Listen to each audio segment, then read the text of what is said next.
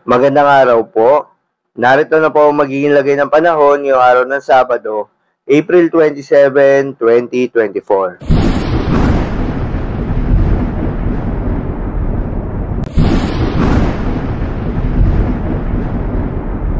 Sa kasalukuyan at ayon sa pag-asa, easterlies pa rin o yung mainit na hangin galing sa karagatang Pasipiko ang patuloy na nakakaapekto sa buong bansa.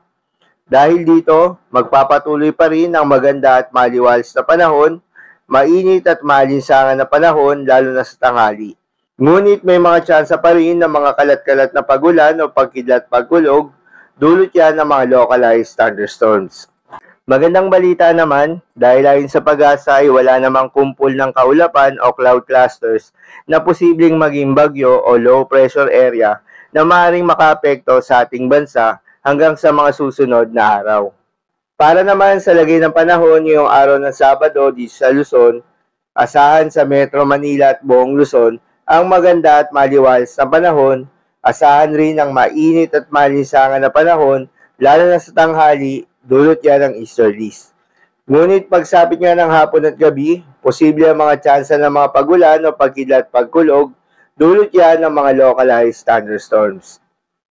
Para naman sa Visayas at Mindanao kasama na ang Palawan, dahil rin sa epekto ng easterlies, asahan rin ang generally fair weather condition na may mga tsansa ng mga localized thunderstorms, lalo na sa hapon at gabi.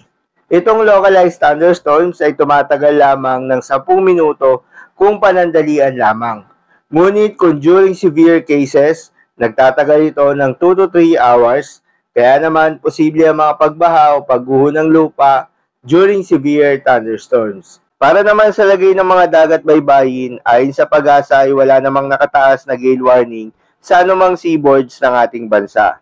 Kaya naman malayang makakapamalaot yung mga kababayan nating mangingisda, pati na rin yung may mga maliliit na sasakyang pandagat. Iba yung pag-iingat pa rin sa mga kababayan nating maglalayag dahil kung meron tayong offshore thunderstorms activity, ito yung mga pag-ulan sa ating mga dagat baybayin, asahan natin ang posibleng paglakas ng hangin at kaakibat nito ang posibleng pagtaas ng mga alon.